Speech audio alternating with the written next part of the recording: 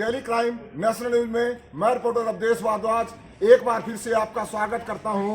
जिला बिलासपुर हिमाचल प्रदेश की बरमाना पंचायत के बीडीटीएस कॉम्प्लेक्स से आप देख रहे हैं। यहाँ पे जो बहुमंजिला कॉम्प्लेक्स है ये बीडीटीएस यूनियन का है, जहाँ पे तकरीबन 3500 ट्रक और मल्टी एक्सल एचपीएक्स और बीडीटीएस सोसाइटी के चलते हैं।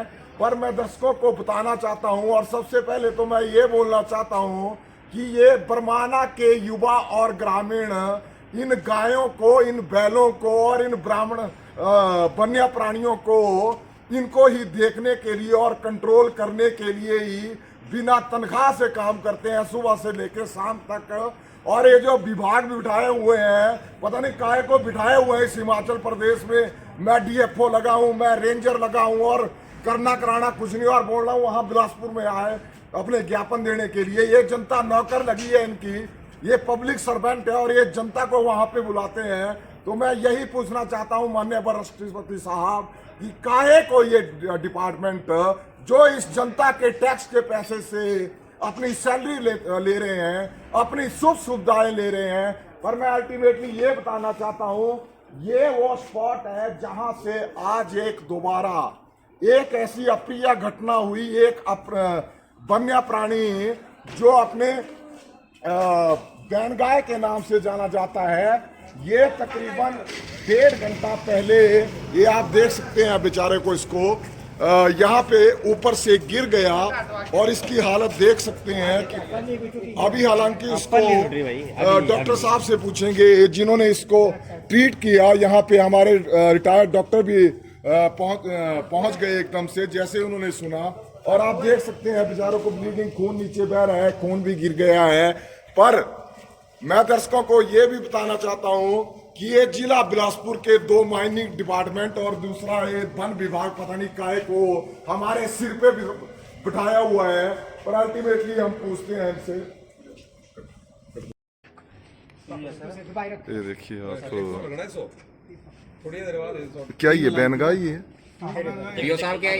ये साहब क्या फीमेल है ये। फीमेल क्या है? बैनगाय सांबर फीमेल सांबर बेचारा गिरा। और अभी यहाँ पे बीओ बैरीखंड भी आए हैं और इसको ट्रीट किया जा रहा है इंजेक्शन लगाने के लिए। डॉक्टर साहब और बरमाना का पूरा युवा वर्ग यहाँ पे खड़ा है।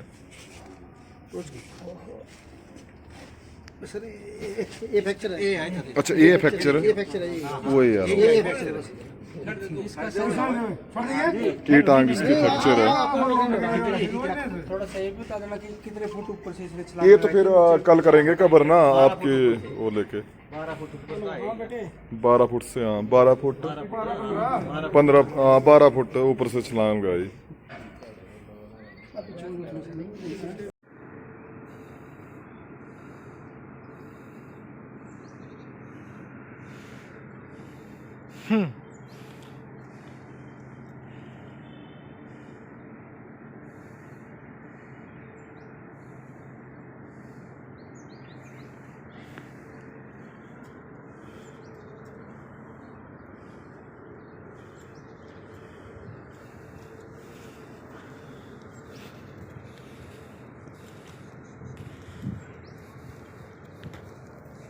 अंकु जी और नेगी जी,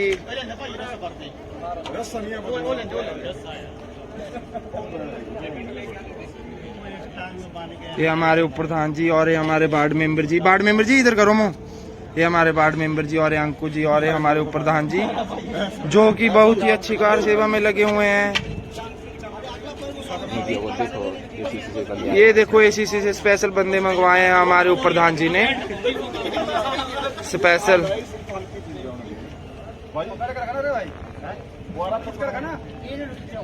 ये पब्लिक खड़ी हुई है, बहुत ही ज्यादा भयंकर पब्लिक एक मैच देखने के लिए।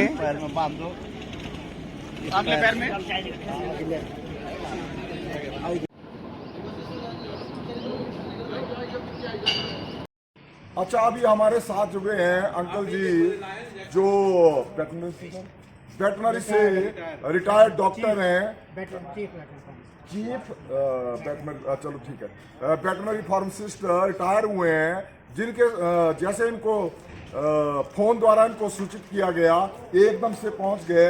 अंकल जी बताएं आप क्या आपने इसमें पाया और क्या ट्रीटमेंट की? इसकी पीछे की टांग लग रही है कि टूट गई है और जैसे बार बार खड़ा हो रहा है, इससे और भी संभावना है टूटने की दूसरी टांग। बाकी इसको पेन किलर और एंटीबायोटिक दे दिए और बाकी फर्स्ट एड जो थी वो। अच्छा अंकल जी आप थोड़ा अनुभव बताएं, आप भी यहाँ से अपने बरमाना से ही बेसिकली बिलोंग करते हैं, आपका क्या अनुभव है कि किस तरह से ये कौन सी परिस्थितियां क्रिएट हो रही है मात्र इस बरमाना में? आगे पीछे तो हम देखते हैं अभी थोड़े बहुत जानवर आते हैं, पर यहाँ पे आए दिन तकरीबन डेली ऐसे, चाहे वो फसलों को बर्बाद कर रहे हैं, चाहे वो एक्सीडेंट कर रहे हैं, चाहे वो अपनी जान गंवा रहे हैं और यहाँ के बसिंदों को भी घायल कर रहे हैं। ये कौन से आपके मतलब क्या अनुभव बोलता है कि कहाँ से आ रहे हैं?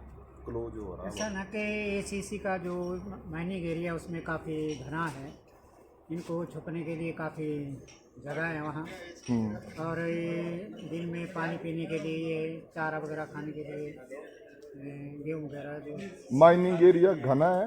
काफ़ी। कहाँ पे है घना? मैंने तो देखा नहीं, वहाँ तो सारा जंगल उजाड़ दिया अभी और मेरे को पेड़ पौधे आए कटिंग के लिए। कॉलोनी में लगे बोलने पे इसकी परमिशन चाहिए भाई, इनको दिखाना कानून, वहाँ पे बिना परमिशनों से काट रहे हैं।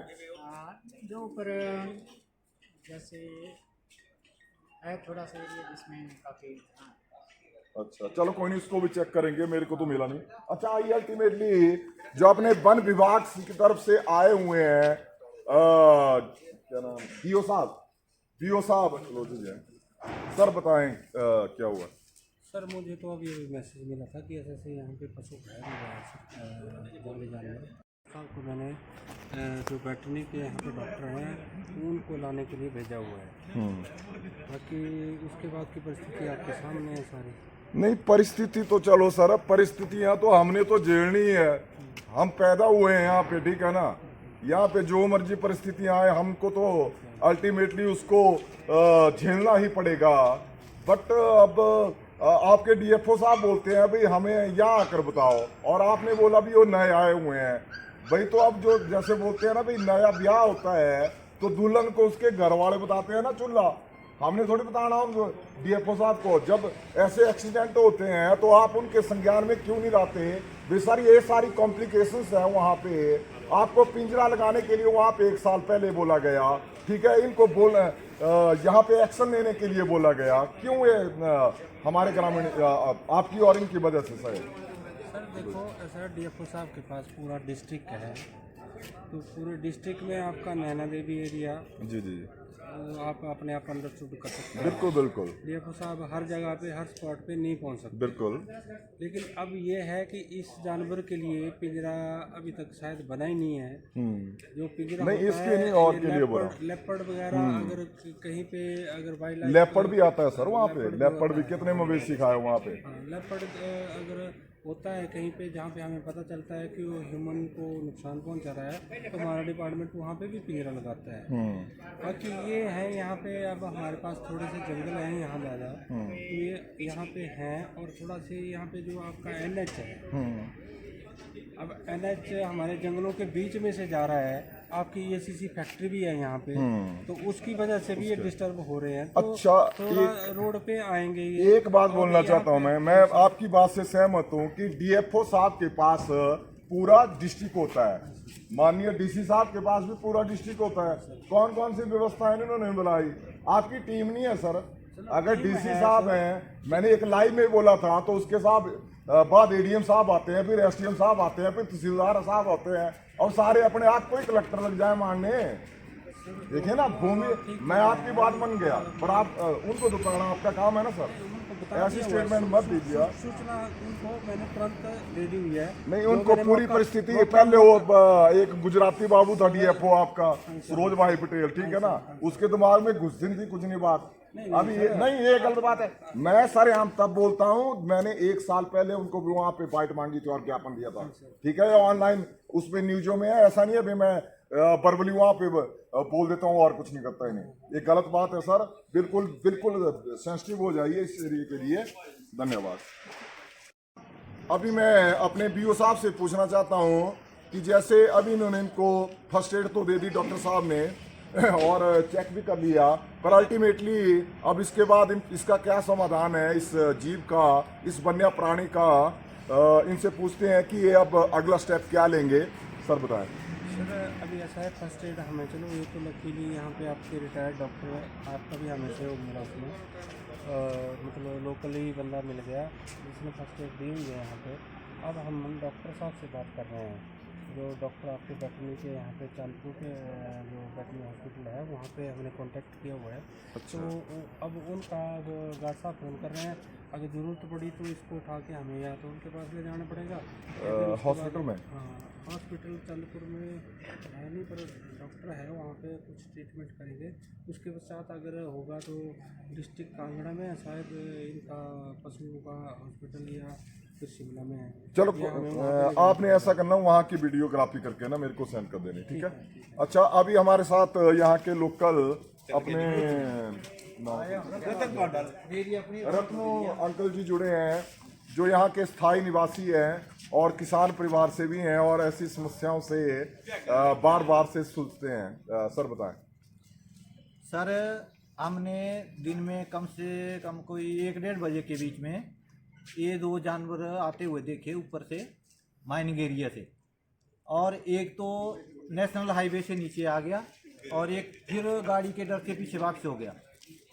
तो उसी वजह से अब शाम के टाइम में हमें पता लगा कि ये जानवर जो बारहसिंगा हम इसको बोलते हैं अपनी लोकल लैंग्वेज में, तो ये ऊपर वाले रोड से नीचे आया जहाँ BDTS की बिल्डिंग है, उसके साथ ही जो लोकल आदमियों की जो प्रॉपर्टी है उनके लेंटर से कम से 12 या 13 फुट के ऊपर से इसने छलांग लगा दी। और इसकी जो है शायद बैकबोन में प्रॉब्लम है या कहीं भी फ्रैक्चर हो चुका है इसको। उसके बाद हमारे ग्रामीणों ने यहाँ से फॉरेस्ट डिपार्टमेंट को, पुलिस डिपार्टमेंट को इन्फॉर्मेशन दी, तो फॉरेस्ट डिपार्टमेंट से BO साहब आए हैं। तो उसके बाद यहाँ के जो रिटायर डॉक्टर हैं वेटरनरी में, उनको सूचित किया गया। उन्होंने अपनी सेवाएं देने के लिए टाइम निकाला और उनको इंजेक्शन, जो भी इंजेक्शन देते होंगे उनको, वो इंजेक्शन इन्होंने दिए। बट अब प्रॉब्लम ये है कि BO साहब ने हमें ये सूचित किया कि जो वन्य प्राणियों के लिए जो बचाव का कार्य है गवर्नमेंट के पास वो फंड नहीं होता। अच्छा। लेकिन मैं इनसे ये पूछना चाहता हूँ, सरकार से भी और फॉरेस्ट डिपार्टमेंट से भी, अगर वन्य प्राणियों को बचाने के लिए सरकार के पास कोई फंड नहीं होता, तो जब किसी से कोई किसी कारणवश एक्सीडेंट इनका जानवरों का हो जाता है तो उनको पनिशमेंट क्यों दी जाती है? बिल्कुल सही सवाल। उनको सजा क्यों दी जाती है जब सरकार के पास, इनके पास बजट ही नहीं आई है? क्योंकि डिपार्टमेंट जो बना है वन्य प्राणी का, तो वो भी तो सरकार की तरफ से बना हुआ है ना, तो इनके पास फंड क्यों नहीं होता? तनख्वाह देने के लिए कहाँ से फंड होता जो है? इन्होंने रखा है, इनकी सैलरी जाती है फॉरेस्ट डिपार्टमेंट में रखी है, चाहे गार्ड है, चाहे जो वर्ल्ड वाइड में कुछ भी है, एक DFO, तो उनके खजाने क्यों भरते रहते हैं सरकार? उनको क्यों सैलरी दी जाती है? ठीक है। अच्छा, जैसे दर्शकों ने हमारे चैनल के माध्यम से 4 दिन पहले देखा कि एक सांबर पहले गाड़ी से टकराकर उसकी मौत हो गई थी आकस्मिक ऑन द स्पॉट। तो अपने DFO साहब का जवाब आया था कि उस गाड़ी को बॉन्ड कर लिया जाए। तो अब मैं DFO बिलासपुर और सरकार और प्रशासन से पूछना चाहता हूँ कि जब ये वन्य प्राणी ऐसे ऊपर से गिर के नीचे को बिल्कुल घायल हो गए हैं, तो इसका अगला एक्शन क्या होगा? सर आप भी बताएं अपनी राय। मैं तो वन विभाग से ये पूछना चाहता हूँ, जो वन्य प्राणी है इनके जो डिपार्टमेंट है, कि जो 2-4 दिन पहले यहाँ एक वन्य प्राणी की मौत हो गई किसी गाड़ी से टकरा करके, जंगल की तरफ से वो आ रहा था कैसे भी, एनी हाउ वो गाड़ी से टकरा गया। तो उसमें उस गाड़ी वाले की क्या गलती थी? जब DFO साहब ने कहा कि ये गाड़ी बाउंड होनी चाहिए, तो सारा दिन वो गाड़ी बाउंड रही। अच्छा, बॉन्ड भी रही वो गाड़ी। अच्छा, कि ये गाड़ी बॉन्ड होनी चाहिए। लेकिन जब आज यहाँ ये ऐसी एक वारदात फिर हुई, तो आज डिपार्टमेंट कहाँ सोया हुआ है? बिल्कुल बिल्कुल। तो उनको ये जो जानवर है इनकी ट्रीटमेंट के लिए इनके पास कोई फंड नहीं है, ना डिपार्टमेंट जो रखा है इन्होंने वो नहीं आ सकता यहाँ पे। चाहे कोई डॉक्टर है कि चाहे गार्ड है चाहे बीओ साहब तो आए हुए हैं, लेकिन बिल्कुल, अकेला ये भी क्या कर सकते हैं? बिल्कुल। अकेले आदमी का काम नहीं, जो इनकी टीम है उनको आना चाहिए ना यहाँ पे। तो मेरी सरकार से ये मांग है कि अगर आपके पास ये फंड होता है तो ये वन्य प्राणियों के लिए लगाना चाहिए जैसे भी है। वो सरकार अब चलो,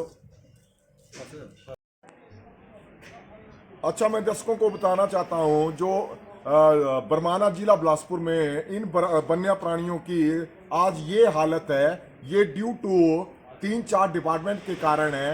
एक तो अपना माइनिंग डिपार्टमेंट और दूसरा फॉरेस्ट विभाग और तीसरा है बर्ड वाइड विभाग और चौथा अपना एसीसी प्रबंधन। तो माइनिंग डिपार्टमेंट का तो आपको पता है कि माइनिंग ऑफिसर पिछली साल भी जब मैंने उसकी बाइट लेनी चाहिए वो अपने आप भाग खड़ी हुई थी, वहाँ से गाड़ी में भाग गई थी। पर जाते जाते उसने बोला हा कि मैंने डायरेक्टर प्लांट हेड को रिगार्डिंग दीज प्रॉब्लम एक लेटर दिया था, उसका हम बिल्कुल डायरेक्टर प्लांट हेड के साथ साथ माइनिंग ऑफिसर से भी इसके संबंध में बिल्कुल बाइट उसके ऑफिस में लेंगे। और सेकंड, आपने हमारे चैनल के माध्यम से ही डीएफओ जो एक्स डीएफओ सरोज भाई पटेल था उसने बिल्कुल इसके रिगार्डिंग बाइट भी देनी ना चाहिए, तो आपको मैंने बाहर उसकी बिल्कुल उसके रिगार्डिंग ये बात रखी थी। और वैसे ये एसीसी प्रबंधन, तो ये चीज 3-4 डिपार्टमेंट इसके लिए बिल्कुल डायरेक्ट उत्तरदायी है और जिनका अब बहुत ही जल्द ये बरमाना की जनता घेराव करेगी। चैनल पर बने रहने के लिए धन्यवाद। जय हिंद, जय भारत।